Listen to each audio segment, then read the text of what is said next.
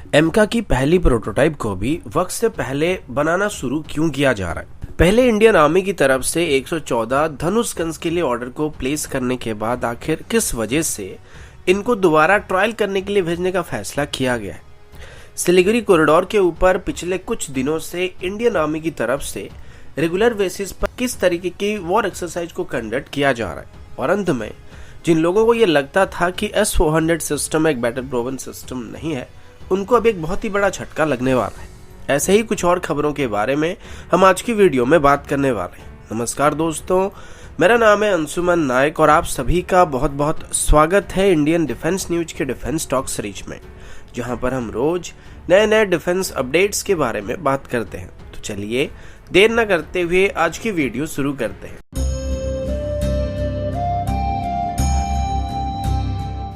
आज की पहली अपडेट HAL की तरफ से, और अभी हम भारत की पहली 5th जनरेशन फाइटर जेट के बारे में यानी कि एडवांस मीडियम कॉम्बैट एयरक्राफ्ट एमका के बारे में बात करने वाले हैं। एक दो दिन पहले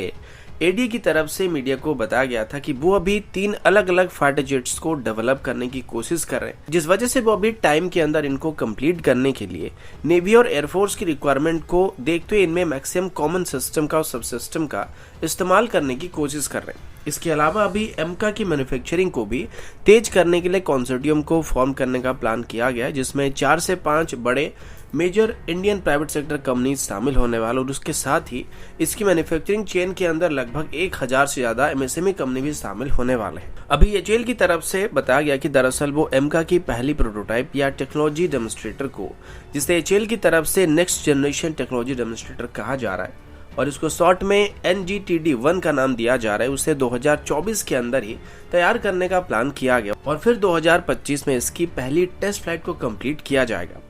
फिर सेम 2025 के अंदर ही एक और नेक्स्ट जनरेशन टेक्नोलॉजी डेमोन्स्ट्रेटर को बनाया जाएगा और लगभग 2 सालों तक इसको टेस्ट किया जाएगा। फिर उसके बाद 2027 से 2030 के अंदर एमका की 5 प्रोटोटाइप को बनाया जाएगा, जिसके बाद 2031 तक एमका की मार्क 1 वेरिएंट्स को प्रोडक्शन के लिए तैयार कर लिया जाएगा, जिसमें से कम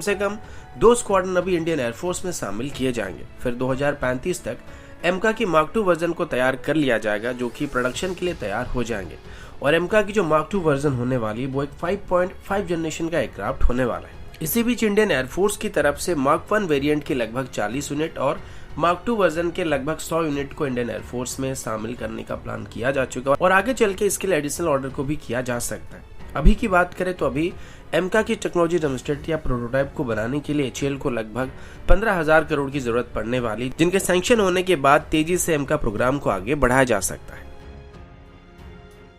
अगला अपडेट धनुष आर्टिलरी गन को लेके। धनुष गन की बात करें तो ये भारत का पहला इंडिजिनस आर्टिलरी गन है, जिसे बोफर गन से डिराइव किया गया था, लेकिन बोफर गन के मुकाबले इनकी परफॉर्मेंस को काफी हद तक बेहतर किया गया है। लगभग सभी ट्रायल को कंप्लीट करने के बाद आर्मी की तरफ से 2018 में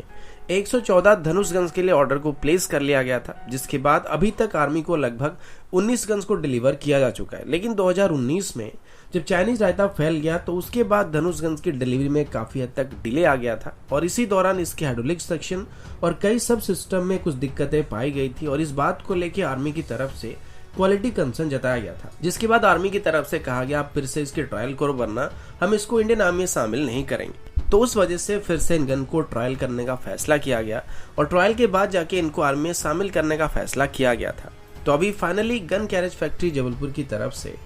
धनुष आर्टिलरी गन की सेकेंड बैच की ट्रायल के लिए 2 गन्स को आर्मी को डिलीवर किया गया था, जिनको अभी पोखरण फायरिंग रेंज में टेस्ट किया जा रहा था। अभी बताया गया कि इन गन्स के द्वारा बिना किसी परेशानी के साथ ही इन सभी ट्रायल को कंप्लीट कर लिया गया, जिसमें से हर एक गन से लगभग 90 राउंड को फायर किया गया है। इन 90 राउंड्स को 45-45 करके डिवाइड किया गया था, जिसमें से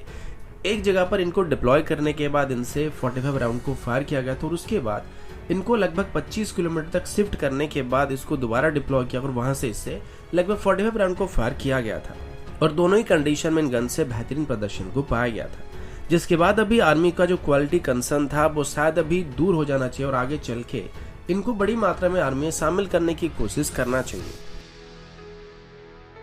अगला अपडेट भी इंडियन आर्मी की तरफ से। इंडियन आर्मी की तरफ से अभी एक फिर RFI को इशू किया गया है, जिसके अंदर mainly high capacity radio relay units को खरीदने का प्लान किया गया है। अब रेडियो रिले यूनिट्स को नॉर्मली आर्मी की तरफ से जनरल कम्युनिकेशन के लिए इस्तेमाल किया जाता है, जिसमें वॉइस डाटा वीडियो वगैरह ट्रांसमिट किया जाता है। और इसके लिए आर्मी की तरफ से एक स्पेशल फ्रीक्वेंसी का इस्तेमाल किया था जिसे सिर्फ इंडियन आर्मी की रेडियो यूनिट रिसीव कर सकते हैं।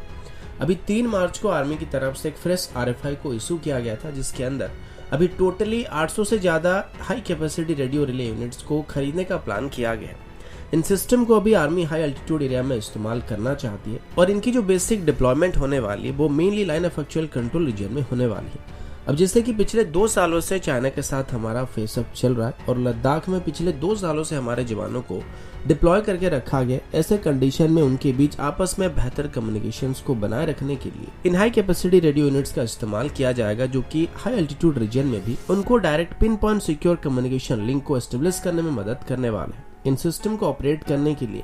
3 जवानों की जरूरत पड़ने वाली, जिनमें से एक के पास रेडियो, दूसरे के पास एंटीना और तीसरे के पास पावर सिस्टम होने वाला है। अभी तक इसकी कॉस्ट को लेकर कोई आइडिया नहीं दिया गया और इसमें सिर्फ इंडियन सिस्टम को ही प्रेफरेंस दिया जाएगा या फिर इसमें ग्लोबल फर्म्स को भी शामिल किया जाएगा, इसके बारे में भी अभी तक कोई भी क्लियर डाटा बताया नहीं गया है। अगला अपडेट S-400 सिस्टम को लेके, जब से भारत की तरफ से रशिया के साथ S-400 डील को साइन किया गया था तब से इसको लेके काफी हाइप क्रिएट किया गया था और वैसे भी इसे पूरे दुनिया भर में सबसे बेहतरीन एयर डिफेंस सिस्टम कहा जाता है। सिवाय कुछ लोग हैं जिनका दिमाग अपनी प्री डेजिग्नेटेड लोकेशन से घुटने पर शिफ्ट हो गया, उनको लगता है कि S-400 सिस्टम एक बैटल प्रूवन सिस्टम नहीं है और इससे इंटरगैलेक्टिक फाइटर जेट डिस्ट्रॉय कर सकता है। लेकिन अभी जब रशिया और यूक्रेन के बीच लड़ाई चल रही थी तभी रशिया की तरफ से बेलारूस की बॉर्डर के करीब अपनी S-400 सिस्टम को डिप्लॉय किया गया था और इसी दौरान जब कीव के ऊपर यूक्रेन के सबसे बेहतरीन पायलट कर्नल ओलेक्जेंडर या ग्रे उल्फ को शॉट डाउन किया गया तब पूरे यूक्रेन में हड़कंप मच गया था और तब वो एक Su-27 में कीव के ऊपर उड़ान भर रहे थे, लेकिन उनको जिस मिसाइल ने शॉट डाउन किया था वो S-400 सिस्टम से फायर किया गया था। ये S-400 सिस्टम बेलारूस के करीब डिप्लॉय किया गया था और बाय एयर देखा जाए तो S-400 सिस्टम की लोकेशन और कीव के बीच जो डिस्टेंस था वो लगभग 150 किलोमीटर के आसपास की पाई गई थी। अब S-400 सिस्टम की बात करें तो इसमें 4 तरह के मिसाइल्स होते हैं, जिसमें से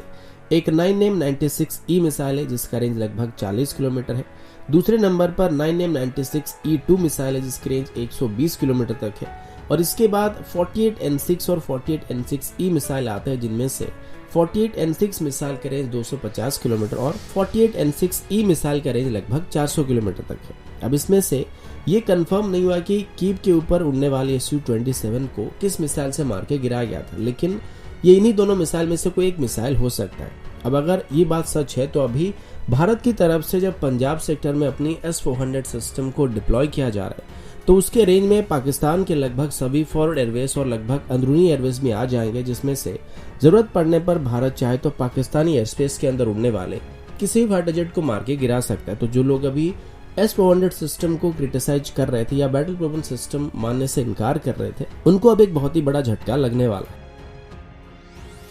अगला अपडेट इंडियन आर्मी की तरफ से, और अभी इंडियन आर्मी के चीफ जनरल MM नरवणे ने मीडिया से बात करते हुए बताया कि वर्तमान के हालात को देखते हुए